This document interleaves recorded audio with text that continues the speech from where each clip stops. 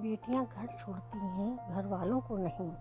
इस सच का एहसास उनके पास सदा बना रहता है। बस घर के लोगों को ज़रा देर लगती है इसे समझने में। खिड़की के पास खड़ी सिमरन सोच रही थी, भाई दूज आने वाली है, पर इस बार ना तो माँ ने फ़ोन करके भैया के आने की बात कही और ना ही मुझे आने को बोला। ऐसा कैसे हो सकता है? हे भगवान, सब ठीक हो सब कुछ। अपनी सास से बोली, माँ जी मुझे बहुत डर लग रहा है, पता नहीं क्या हो गया है, मुझे कैसे भूल गए इस बार। सास ने इजाज़त देते हुए कहा, कोई बात नहीं बेटा, तुम एक बार खुद जाकर देखो। सास की आज्ञा मिलने भर की देर थी कि सिमरन अपने पति साथ मायके आ पहुंची, परंतु इस बार घर के अंदर कदम रखते ही उसे सब कुछ बदला सा महसूस हुआ। पहले जहां उसे देखते ही माँ पिताजी के चेहरे खुशी से खिल उठते थे, इस बार उन पर परेशानी झलक साफ दिखाई दे रही थी। पहले भाभी उसे देखते ही दौड़ी चली आती और प्यार से गले लगा लेती थी, पर इस बार दूर से ही एक हल्की सी मुस्कान दे डाली।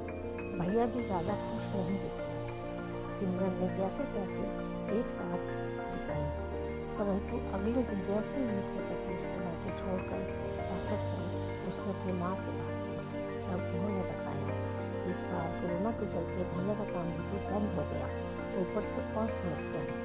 बस इसी वजह से तेरे भैया को तेरे घर भी ना भेज सकी। सिमरन बोली, कोई बात नहीं माँ, ये मुश्किल दिन भी जल्दी निकल जाएंगे, आप चिंता मत करो। भैया को शाम को भैया भाभी आकर से बात कर रहे थे, जो सिमरन ने सुन ली। भैया बोल रहे थे, पहले ही घर चलाना इतना मुश्किल हो रहा था, ऊपर से बेटे की कॉलेज की फीस, परसों भाई दूज है, सिमरन को भी कुछ देना पड़ेगा। भाभी बोली, कोई बात नहीं, आप चिंता ना करें, ये मिली चूड़ियाँ बहुत पुरानी हो गई हैं, इन्हें बेचकर जो पैसे आएंगे उससे सिमरन दीदी को त्योहार भी दे देंगे और कॉलेज की फीस भी भर देंगे। सिमरन को यह सब सुनकर बहुत बुरा लगा। भैया भाभी ये क्या बातें कर रहे हैं? क्या मैं यहाँ इनको तंग करके कुछ लेने के लिए आती हूँ? वह अपने कमरे में गई। तभी उसे याद आया कि शादी से कुछ समय पहले जब वह नौकरी करती थी तो उसने बड़े शौक से अपनी पहली तनख्वाह लाकर पापा को दी थी। तब पापा ने कहा था, ये पैसे अपने पास ही रख ले बेटा, मुश्किल वक्त में काम आएंगे। इसके बाद वह हर महीने अपनी सारी तनख्वाह बैंक में जमा करवाती गई। शादी के बाद जब भी मायके आई तो माँ ने उसे पैसे निकलवाने को कहा, पर सिमरन हर बार कह देती, अभी मुझे ज़रूरत नहीं है, पर आज इन पैसों की उसके परिवार को ज़रूरत है। वह अगले दिन ही सुबह भतीजे को साथ लेकर बैंक गई और सारे पैसे निकलवा कर पहले भतीजे की कॉलेज की फीस जमा की और फिर घर का ज़रूरी सामान खरीद कर घर वापस आ गई।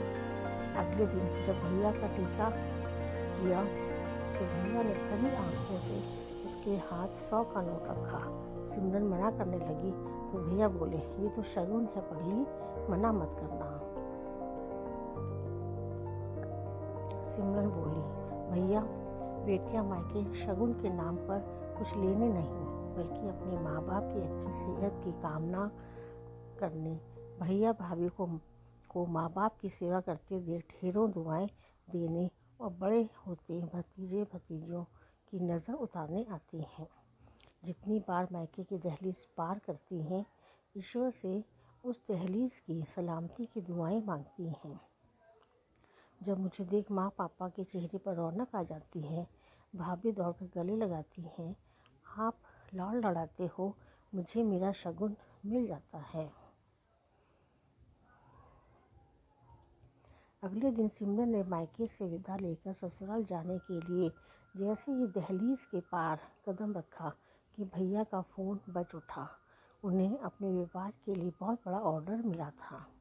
वे सोचने लगे, सचमुच बहन बेटियां मायके कुछ लेने नहीं, बल्कि अपनी बेशकीमती दुआएं देने आती हैं। जब वे घर की दहलीज पार कर अंदर आती हैं तो बरकत भी अपने आप भीतर चली आती है। हर बहन बेटी के दिल की तमन्ना होती है कि उसका मायका हमेशा खुशहाल रहे और तरक्की करे।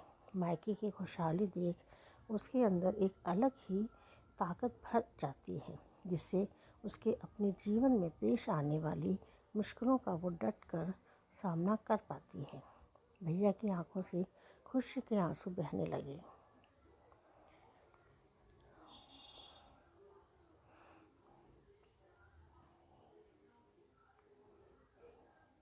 तो दोस्तों, कैसी लगी ये कहानी? अगर अच्छी लगी हो तो प्लीज़ लाइक एंड सब्सक्राइब जरूर कर दीजिएगा। आगे भी इसी तरह की कहानियाँ